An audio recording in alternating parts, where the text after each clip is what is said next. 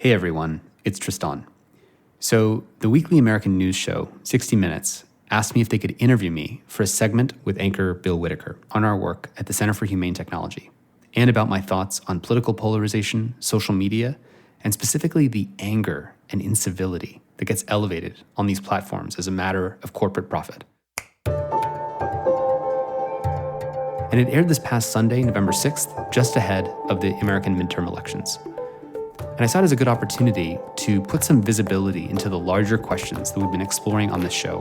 So we're releasing a special episode of this podcast this week to get further into some of the important nuances of the complexity of this problem. And if you're new to the podcast, then thank you for joining us and welcome. This interview with 60 Minutes was personally significant for me because our work was introduced to the world in 2017 when I did a 60 Minutes interview with Anderson Cooper. And back then, we actually introduced so many of the concepts that we're now talking about. Even phrases like the attention economy, or the race to the bottom of the brainstem to hijack our attention, or the idea of persuasive technology that is made with design choices that influence psychological vulnerabilities, that play with our vices instead of our values. All of those were new concepts back in 2017 when we first kind of emerged on the public stage. And it was 60 Minutes that first created a platform for our work. So we were really excited when 60 Minutes reached out to us earlier this summer. And I really enjoyed doing this interview because we covered some novel ground around the social media problem. Instead of talking about censorship or free speech or content moderation, we were talking about the real root of the problem, which is the engagement-based business model. It's not about just privacy or antitrust, as is commonly the view in Washington. If you break up one of these or several of these companies, what are the new companies going to be competing for?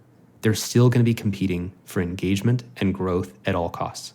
They're still going to raise venture capital that expects them to get 10 to 100x returns on their investment, which means being really aggressive in the race for engagement. And the race for engagement always translates into design choices that will create a more addicted, distracted, outraged, polarized, validation-seeking, and narcissistic society. We also got to focus on national security and the problem of TikTok. Right now, if you go to Washington, the main conversation about TikTok is about data protection and privacy. There's rumors that there's a deal between the Biden administration about to be signed with ByteDance, the company that owns TikTok, to make sure that the data doesn't leave, say, American soil. But even if we protect the data, it still allows ByteDance or TikTok to psychologically control what is at the center of attention of China's number one geopolitical adversary, which is the United States, and across the West. It's about protecting against foreign psychological influence.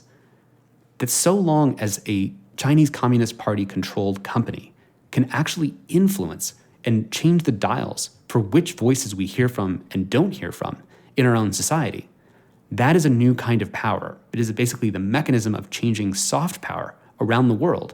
And so, because we don't have laws for psychological influence, but we do have laws for things like data protection, we see regulation around data protection, but we don't see laws or regulation around psychological influence because we don't even have a philosophical concept to base that on. We also busted the myth that if you're not on social media, you shouldn't be concerned with these problems. The most common response I get when we talk about these issues publicly is people come up and then they say, well, I don't use social media, or I have a Facebook account, but I don't use it very much. And they assume that what the conversation is about is their own personal usage. But what it's really about is the collective usage. For example, with climate change, I may only fly on a plane once a year, so what's the big deal? But it's not about what one person does. It's how the collective choices and the collective behavior create the climate change of culture. So we're already hearing from people who saw the 60 Minutes piece, whose perspective has actually been shifted significantly. Before, they may have thought they were immune from the problem. And what I think we captured in this interview is how even if you're not on social media, you still live in a country that will vote based on how other people are influenced by what's on social media. I actually said that imagine if 50% of the world saw this 60 Minutes interview and they said, oh my gosh, it is this outrage for profit system on Twitter and I'm no longer going to post anymore. I'm going to be kind, I'm going to be thoughtful, and I'm never going to post something, inflammatory. Well, the Twitter system, when you log in the next day, doesn't just say, well, here's all the calm stuff. It turns the AI algorithms, like this Eye of Sauron, to this different pocket of Twitter, which is where all the inflammation is still happening. And then it ports over all of that inflammation to the center of attention of society. Facebook's head of policy, Monica Bickert, said in this interview that social media can't be the root of America's anger because it's actually people over the age of 60 who are getting most polarized. And that is the group that is least likely to use social media. But our answer to that is that social media is upstream from influencing all forms of media.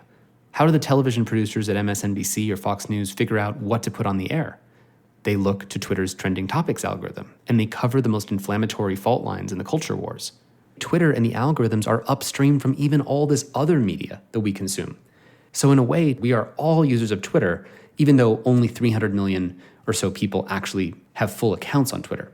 But the real problem with Twitter isn't the content on Twitter. It's that Twitter is kind of a gladiator stadium, like a Roman Colosseum, where people are being told that they need to debate free speech and ideas in a marketplace of ideas with balls and chains and arrows and swords and goring each other. And this is not the right kind of social space to be governing democracy. But why is it that we have a Roman Colosseum to debate our ideas in? Why is Twitter designed to put us globally in touch with the entire world's ideas and anger all at once? Why doesn't Twitter design for smaller social spaces, for 10 people to go deep on a topic? Well, it's because Twitter's business model of engagement is about making sure that every post, every moment of anger, every moment of controversy is as maximally visible and interactive with as many other people as possible, because that's what makes it sticky. You click on one little exchange of outrage, and then you click on another one and another one. And moreover, one of the other dynamics that isn't talked about very much is that as the attention economy gets more and more competitive, every TV channel, every newspaper, every blog has to get more and more aggressive to keep the audience that they already have. We often call this audience capture. For each of those platforms, you have to make it as inflammatory as possible to make sure that you keep getting the clicks, no matter where it lands on the internet. All of that travels through the algorithms of social media. So one thing I should say is that the interview on 60 Minutes was not about one company. We were not trying to bash Facebook or bash Twitter or bash TikTok. It's about an entire ecosystem and the business model of engagement that's driving all of these companies to do things that generally make a more addicted, outraged, polarized, narcissistic society. We spent more than 2 hours with the 60 Minutes team, and we didn't know which pieces they would actually be covering. We know that they were focused on political polarization, but in the piece we also covered our concerns about TikTok, that many listeners of this podcast will remember. We've been concerned that the issues with TikTok are not about data privacy and whether or not Western countries' data is accessible by the Chinese government, which is often how the debate is framed in Washington or in regulator circles. It's about the ability for the Chinese Communist Party, which has influence over ByteDance, to actually play with the dials about which countries hear from which voices. We know that the media that we consume does shape the kind of people that come out the other end. There's simply a consequence to choosing different values to govern the media that actually influences your population. And I want to share a personal story that I was just recently in New Zealand, and I was with a Chinese tech entrepreneur, and he actually opened his phone and showed me right there in front of me that when he opened the Chinese version of TikTok for him that he uses when he's in China, and immediately it showed him financial advice about how to grow wealthy. They highlighted a video about quantum physics and the Nobel Prize, basically trying to make people interested in kind of what the latest science is. And they showed videos of Xi Jinping and the 20th Party Congress. And then the second later, he opened up the TikTok for the rest of the world. And immediately, it was just the most mindless garbage. And yet, this is just the world that we live in. So this is a real phenomenon, no matter what the motivations of it are. One view is that the Chinese Communist Party is deliberately skewing TikTok to be corrosive to Western culture and values and sending us down the rabbit hole, downgrading and degrading our attention spans, our education levels, our thoughtfulness, our critical thinking. And that's really not what I'm proposing. But at the least we can say is that the Chinese Communist Party is regulating their domestic version of TikTok because they do recognize that it influences the education level, the values, the aspirations, the careers of the people in their society. And in the 60 Minutes interview, we said that ByteDance ships the spinach version of TikTok to its citizens domestically in China, while it ships the opium version of TikTok to the rest of the world. Now, the word opium is triggering because of the history of the Opium Wars and British colonization of China. What I was really trying to say is that China actually ships the kind of mindless donuts version that keeps the rest of the world in a kind of trap of amusing themselves to death, to borrow the title of the book by Neil Postman, Amusing Ourselves to Death. That when you have one society running trivia as its main source of information for many years, and you have another society running educational videos, science experiments, patriotism videos, museum exhibits, I can tell you what those two societies are going to look like 10 years from now. And as I mentioned in this interview, the number one aspired to career in China is astronaut, while the number one most aspired to career in the United States is social media influencer.